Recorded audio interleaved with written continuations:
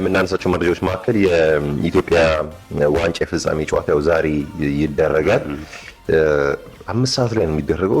እንግዲህ በዛ ሰዓት ብዙ አልተለመደም። ረፋድ 5 ሰዓት ላይ ነው ጨዋታው የሚደረገው። እሱን እንመለከታለን። ከዛ ውጪ የዓለም ዋንጫ አሁን ወደ ኳርተር ፋይናል ስለተገባ አንድ ቀን አልፏል። ከውድድሩ ከተጀመረ ጊዜ አንስቶ ትናንትና ለመጀመሪያ ጊዜ ጨዋታ ሳይደረግ እንግዲህ የዋለበት ጊዜ ዛሬ ግን ይህ ጨዋታ ይጠበቃል። የፈረንሳይ ብሔራዊ ቡድንም የሞሮኮ ብሔራዊ ቡድንም ያው እዚህ ቦታ ላይ የተገኙት በጣም ጠንካራ የሆኑ ጨዋታዎችን አድርገው እነዛንም ማሸነፍ በመቻላቸው ነው ለዛሬ ጨዋታ የበቁት። ስለዚህ ይህንን ጨዋታ እንመለከታለን። ያው ወቅቱ የተጫዋቾች የዝውውር መስኮት ነው። ብዙ የዝውውር እንቅስቃሴዎች አሉ። የዓለም ዋንጫው ጉዳይ ሸፍኗቸው ነው እንጂ በርካታ ክለቦች በዝውውር ጉዳዮች ላይ እየተሳተፉ ነው። በእርግጥ ትልልቅ የሚባሉ ዝውውሮች እየተፈጸሙ አይደለም። ምክንያቱም አብዛኞቹ ትልልቅ ተጫዋቾች በዓለም ዋንጫ ላይ ተሳትፎ ስለነበራቸው ምናልባት ከዚህ በኋላ ነው እንደዚህ አይነት ነገሮችን የምንሰማው።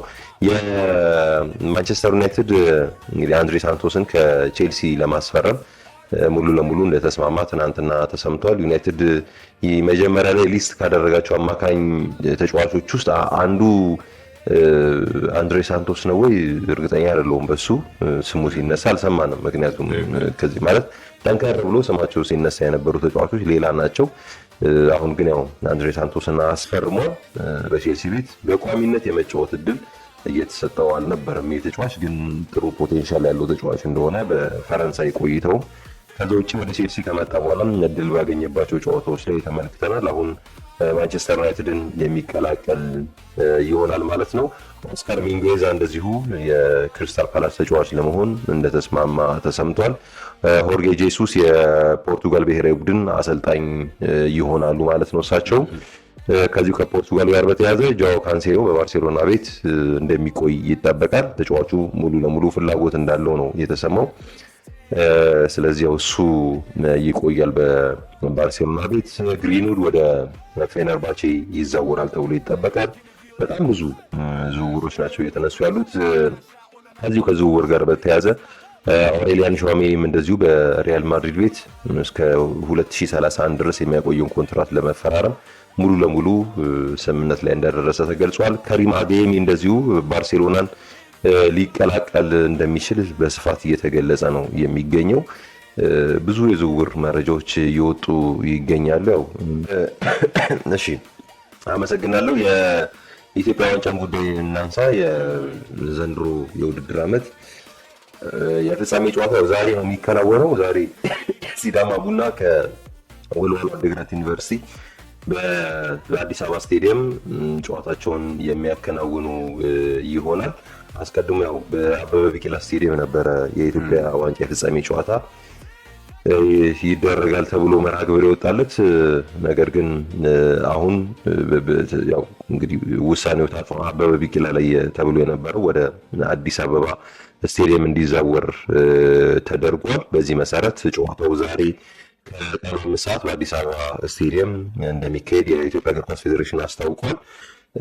አይ ቲንክ የዝናቡን ፍራቻ ይመስለኛል። ምክንያቱም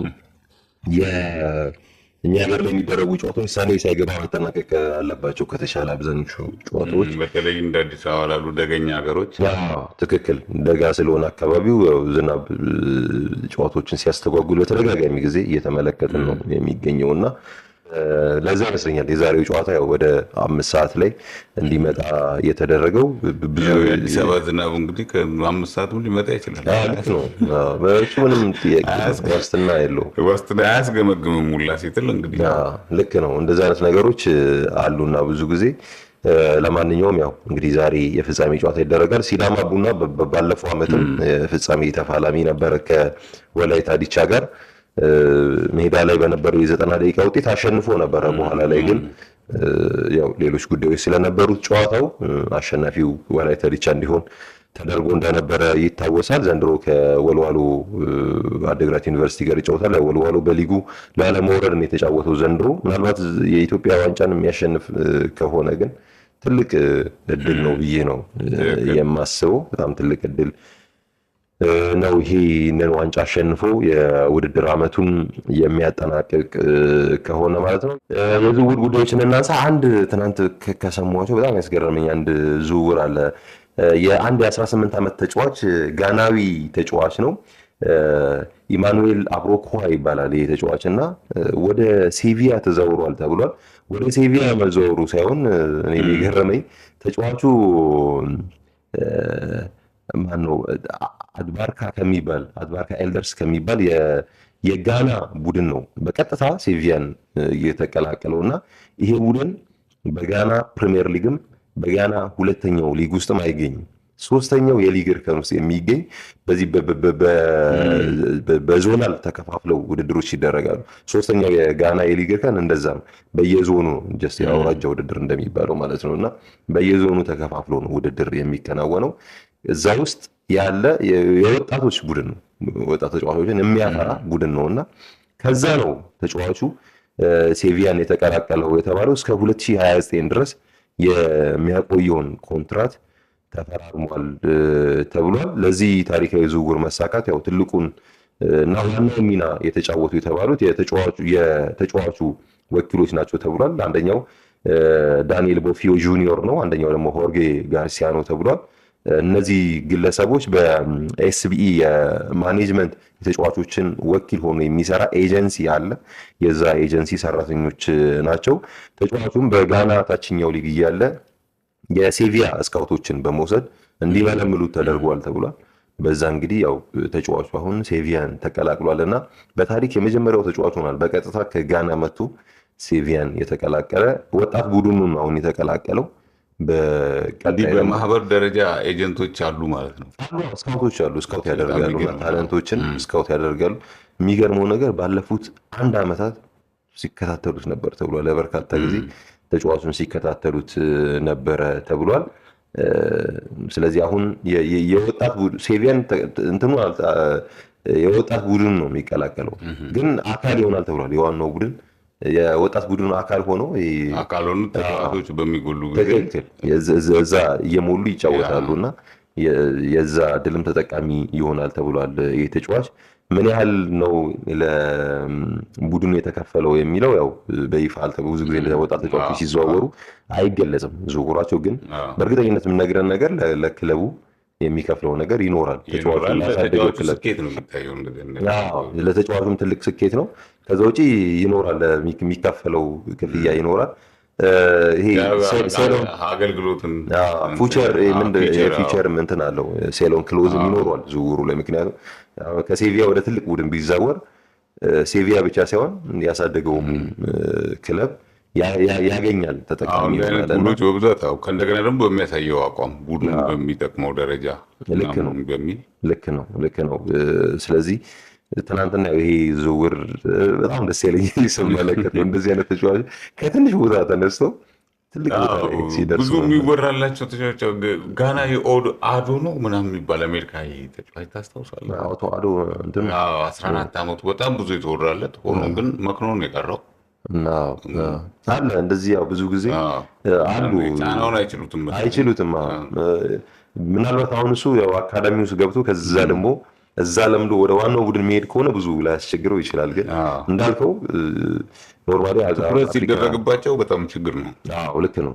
አፍሪካ መኖርና አውሮፓ መኖር የራሱ የሆነ ትልቅ ልዩነትም ስላለው እንትኑን መቋቋም አይችሉም። ሜዳ ላይ ያለውን ነገር ብቻ ሳይሆን ይሄ ላይፍ ስታይሉ በራሱ አዲስ ይሆንባቸዋል እና አንተ ኖር የሚመስል ነገር ለምሳሌ ኖርማል ሆኖ ልታየው ይችላል። እንዲህ አይነት ነገሮች የሚያሳድሩት ተጽዕኖ ቀላል አይደለም እና ያንን መቋቋም ከቻለ እንግዲህ 1 ዓመት ተከታትሎ ሴቪያ በጣም ትልቅ ቡድን ነው ሴቪያን የተቀላቀለው። ስለዚህ በእርግጠኝነት የተሻለ ቦታ ላይ ልናየው እንችላለን። ግን አንድ ግን ማሰብ ያለብን ነገር አሁን ይሄ አይደለም።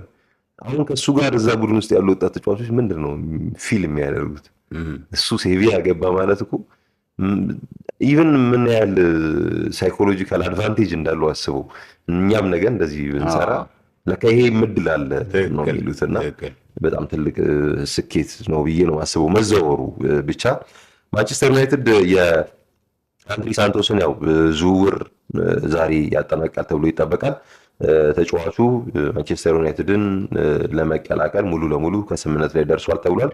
በክለቦች መካከልም ያለው ድርድር ሙሉ ለሙሉ እንደተጠናቀቀና አጠቃላይ ለዝውውሩ 50 ሚሊዮን ፓውንድ ማንቸስተር ዩናይትድ ይከፍላል ተብሏል።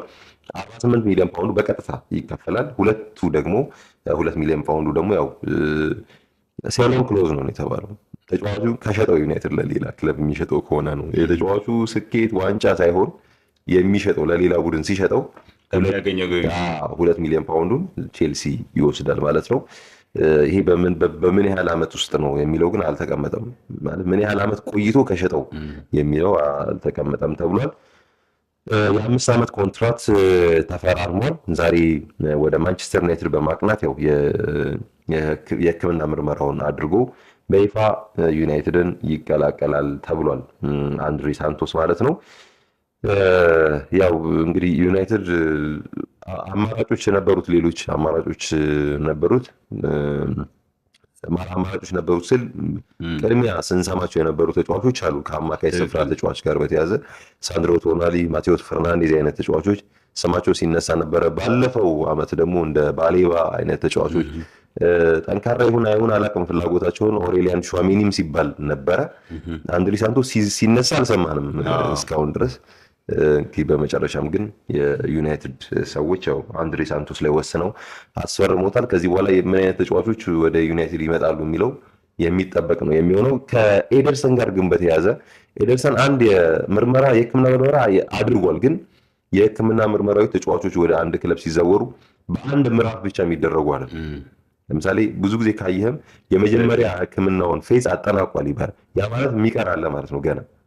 አሁን ዩናይትድ አንድ ይቀራል ተብሏል። አንድ ፌዝ ይቀራልና ያ ፌዝ በጣም ወሳኝ ነው። የተጫዋቹ የጉዳት ታሪክ ጋር በተያያዘ ትልቅ ለውጥ ሊያመጣ ይችላል ተብሏል እና ያ ምርመራ ይጠበቃል። ያ ምርመራ ማይሳካ ከሆነ ፌል ያደርጋል የኤደርሰን ጥርጣሬ ያለ ተብሏል የዩናይትድ ሰዎች ላይ የተጫዋቹ ጤንነት ጋር በተያያዘ ጉዳት አለበት የሚል ነው። አጠራጣሪ እንደዚህ እኮ ዝውውሮች እንትን ይላሉ፣ ፌል ያደርጋሉ። ለምሳሌ አንድ ጊዜ ሬሚ የሚባል ሲጓተት ራሱ በመሀል ታይም ያልቃል። ልክ ነው። አንድ ሬሚ የሚባል ተጫዋች ከኒውካስትል ነው ከክሪስታል ፓላስ ወደ ሊቨርፑል ሊዛወር ሲል በኋላ ቼልሲ ይፈርመዋል። ተጫዋቹ የሕክምና ምርመራውን እያደረገ በነበረበት ሰዓት ጉዳት አለበት ተብሎ ሳይሳካ ቀርቷል። ዝውውሩ የሕክምና ምርመራውን እያደረገ በነበረበት ሰዓት ፌል አድርጓል።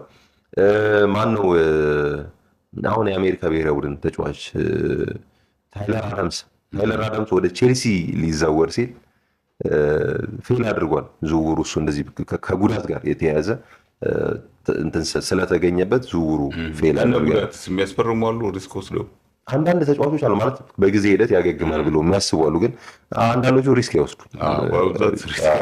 አይወስዱም። ሌላው የዚህ ከዓለም ዋንጫ ጋር በተያያዘ ሆርጌ ጄሱስ ያው የፖርቱጋል ብሔራዊ ቡድን አሰልጣኝ አንዳንድ ጊዜ በጣም ግራ የሚገባኝ ነገር አለ። አሁን ማርቲኔዝ ላይ እምነት ከሌላቸው ምንድነው ዓለም ዋንጫው ልክ ሲያልቅ ጠብቀው የሚያሰናብቱት? አሁን ይገባል ፖርቱጋል ነው የመጣው አይደል ጉዳዩ ማለት ማሰናበቱ። ፖርቱጋል ነው ያሰናበተው፣ ፌዴሬሽኑ ነው ያሰናበተው። እና ይሄ ነገር ከታወቀ ማለት አሰልጣኙ በቃ ይሄ አቅሙ ይሄ ነው ተብሎ ከታሰበ መጀመሪያውኑ ቅጠሩ ለምን ተፈጸመ?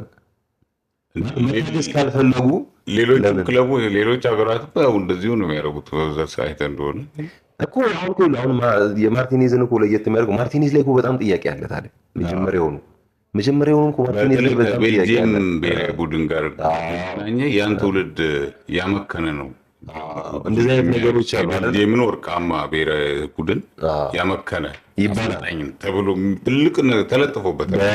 እሱ ነው የምልህ። ያ ነገር እያለ አስፈረሙታል። አሁን ማለት እንደዚህ ይሄ ዓለም ዋንጫው ልክ ሲያልቅ የፈጠነ ውሳኔ መወሰን ማንን ነው እንትን የሚለው ማለት ወይስ ሆርጌ ጄሱስን እንዳናጣቸው ብለው አስበው ከሆነ ሜይ ቢ ሊያስኬድ ይችላል እንጂ እኔ አሁን ያቆዩት ይታገሱት እያልኩኝ ሳይሆን ይሄ ውሳኔ እንደዚህ ማለት ሲያልቅ ጠብቆ የሚወሰን ከሆነ መጀመሪያውኑ ለምን ከማርቲኔዝ ይልቅ ሌላ ሰው ለመያዝ አልተሞከረም? እንዳልኩኝ ማርቲኔዝ ላይ የሚነሳ ነገር ስላለ እንደዚህ አይነት ችግሮች ይነሱ ስለነበሩ ልክ ሲረከብ ብሔራዊ ቡድኑ ጥያቄዎች ነበሩ አይደል? እንዴት የሚል ጥያቄዎች ነበሩ። ግን ያንን አልተመለከትንም እና ያው አሁን እንግዲህ ሆርጌ ጄሱስ የአልናስር አሰልጣኝ ምናልባት አንተ እንዳልከው ያ ነው የሚሆነው ሰውየውን ላለማጣት ሜቢ ካልሆነ በስተቀር ምናልባት ፖርቱጋል አሰልጣኝ ብዙ የላቸው መስለኝ አሁን ይመስለኛል። አሁን ወጣት እነ ሩብን አሞሪም አይነት ወጣቶች አሉ፣ ግን እነሱ በብሔራዊ ቡድን ደረጃ እንትን የሚሉ አሉ ብሔራዊ ቡድን ይመስለኛል።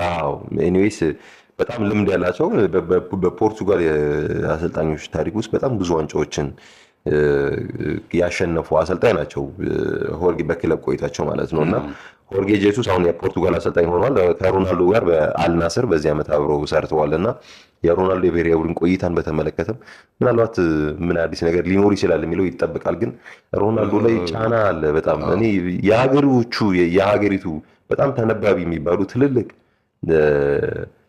ሚዲያዎች ሁሉ ሳይቀሩ ተሰሚነት ያላቸው እንደ አቦላ አይነት ሚዲያዎች ሁሉ ሮናልዶን በግልጽ ቋንቋ ብሔራዊ ቡድን ውስጥ ይበቀዋል የሚል መግለጫ ስቴትመንት ነው የሚያወጡት። የሚገርመኝ ነገር እንትን አይደለም ጀስት ይሄ መረጃ ሪኮሜንዴሽን የሚመስል አይነት መረጃ ሳይሆን መግለጫ ነው የሚያወጡትና እንግዲህ ያው ሮናልዶ የሚቀጥል አይመስለኝም፣ ከብሔራዊ ቡድን ጋር የሚቀጥል አይመስለኝም። ግን ጥሩነቱ ምንድነው መሰለህ ከሮናልዶ ጋር በተያያዘ ተረጋግቼ ነው መወስነው የሚል ነገር አለና ስለዚህ እሱ ይጠበቃል። እና የዓለም ዋንጫን ጨዋታ እናንሳ። ምሽት 5 ሰዓት ሲል ፈረንሳይ ከሞሮኮ ይጫወታሉ። 5 ሰዓት ሲል የሚደረግ ጨዋታ ነው። የዛሬ 4 ዓመት ከሴሚፋይናል ላይ ነበር የተገናኙት። አሁን ደግሞ በኳርተር ፋይናል ይጫወታሉ። ያው የሞሮኮ ብሔራዊ ቡድን ካናዳን አሸንፎ ነው የደረሰው ለኳርተር ፋይናል።